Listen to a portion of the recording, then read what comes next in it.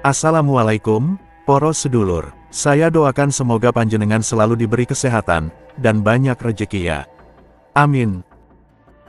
Jika mendengar kata Jepang, apa yang pertama kali terlintas di pikiranmu? Teknologi canggih, kota yang bersih dan tertata, transportasi yang tepat waktu. Tapi tahukah kamu, di balik kemegahan kota-kota seperti Tokyo dan Osaka, ada sebuah daerah kumuh yang dihapus dari peta. Tempat ini bernama Kamagasaki, sebuah kawasan yang hampir tidak pernah disebut dalam brosur wisata Jepang. Pemerintah bahkan sengaja menghilangkan jejaknya agar dunia luar tidak mengetahuinya. Kenapa bisa begitu? Mari kita telusuri misteri di balik Kamagasaki. Terletak di Osaka, Kamagasaki adalah rumah bagi sekitar 25.000 orang. Kebanyakan dari mereka adalah buruh harian, pengangguran, dan tunawisma, yang berjuang bertahan hidup dengan pekerjaan serabutan. Di sini, kamu bisa menemukan penampungan gratis dan tempat tinggal murah yang hanya $8 Amerika, sekitar Rp119.000 per malam. Suasana di Kamagasaki sangat kontras dengan citra Jepang yang modern dan tertata. Banyak orang tidur di jalanan, taman-taman dipenuhi penghuni liar, dan sampah berserakan di berbagai sudut.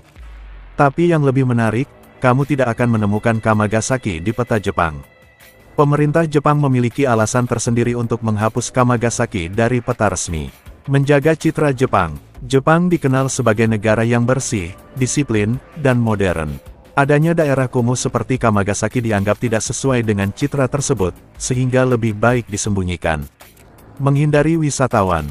Jika sebuah tempat sudah tidak ada di peta, maka kemungkinan wisatawan datang ke sana akan semakin kecil. Pemerintah ingin menjaga agar Kamagasaki tetap tidak dikenal oleh dunia luar. Masalah sosial yang sulit diatasi. Tingginya jumlah pengangguran dan tingkat kriminalitas membuat Kamagasaki menjadi daerah yang sulit ditangani. Ketimbang mencari solusi konkret, pemerintah lebih memilih untuk menghapus eksistensinya dari peta. Keberadaan Kamagasaki pernah diangkat dalam film berjudul Fragile.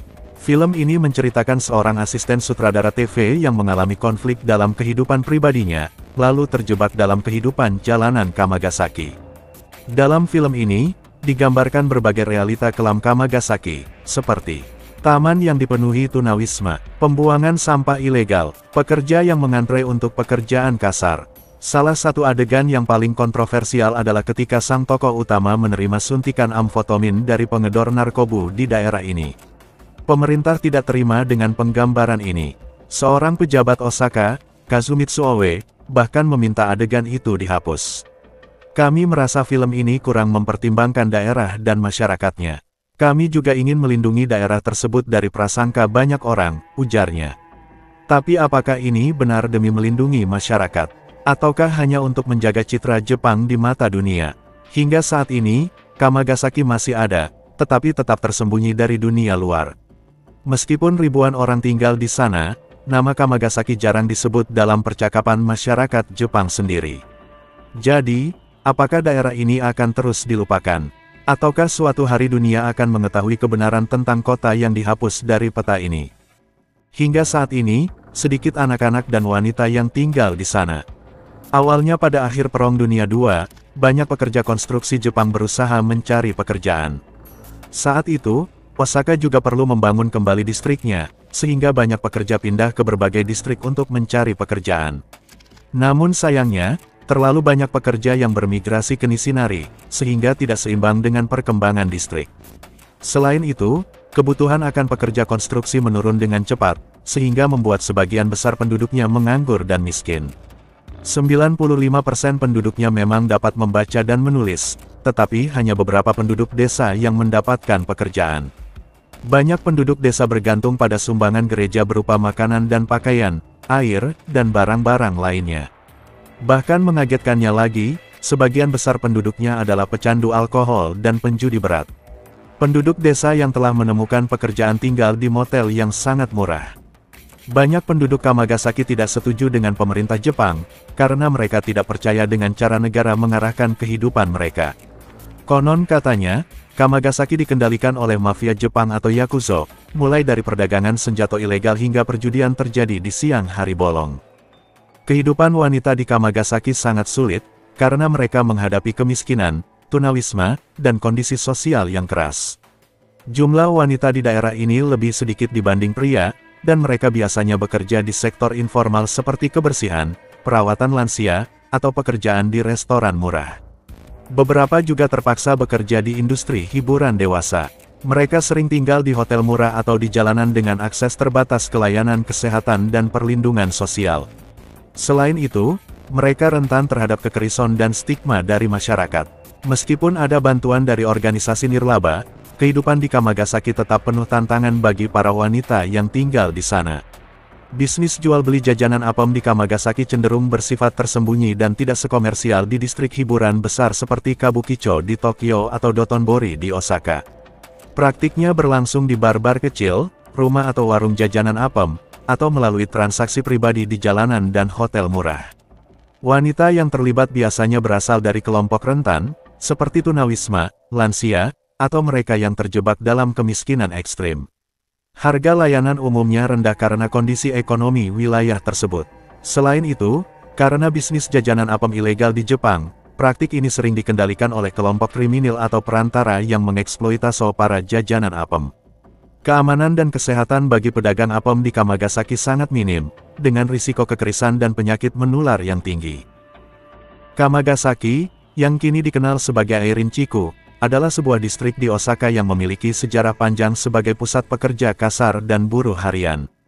Pada era Meiji, tahun 1868 sampai tahun 1912, Jepang mulai mengalami industrialisasi pesat, yang menciptakan banyak pekerjaan di bidang konstruksi dan manufaktur.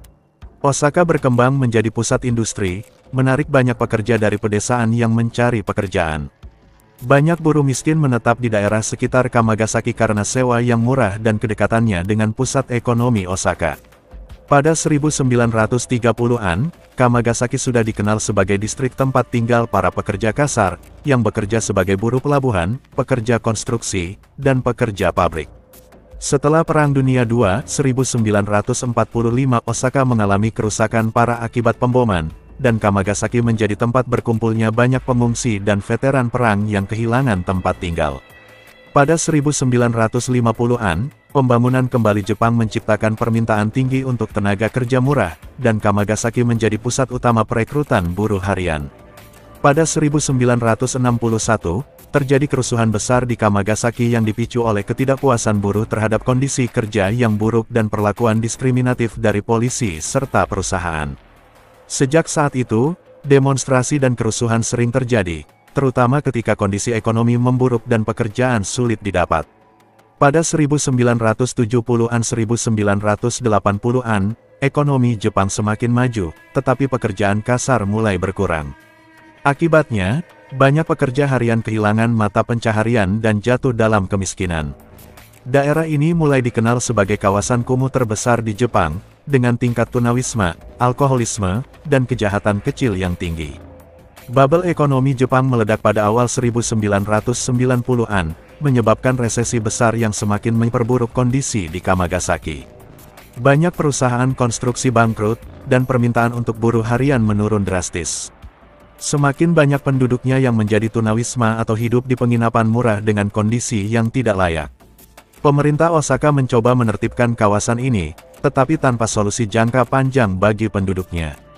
Pada 2012, pemerintah menghapus nama Kamagasaki secara resmi dan menggantinya dengan Airin Chiku untuk mengurangi stigma negatif.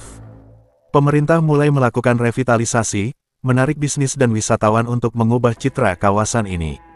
Namun, proses ini juga menyebabkan gentrifikasi, yang membuat banyak penduduk asli terpinggirkan tanpa solusi konkret untuk kesejahteraan mereka. Saat ini, Kamagasaki masih menjadi rumah bagi banyak lansia miskin, tetapi juga mulai mengalami perubahan dengan masuknya investor dan bisnis baru. Kamagasaki memiliki sejarah panjang sebagai pusat buruh harian yang mengalami pasang surut seiring perkembangan ekonomi Jepang. Dari distrik pekerja keras menjadi kawasan kumuh, dan kini menuju revitalisasi, Kamagasaki menghadapi tantangan besar dalam menyeimbangkan pembangunan dengan kesejahteraan penduduk miskinnya. Terima kasih banyak telah menonton, semoga terhibur dan bermanfaat. Akhir kata, wassalamualaikum. Sampai jumpa di segmen berikutnya.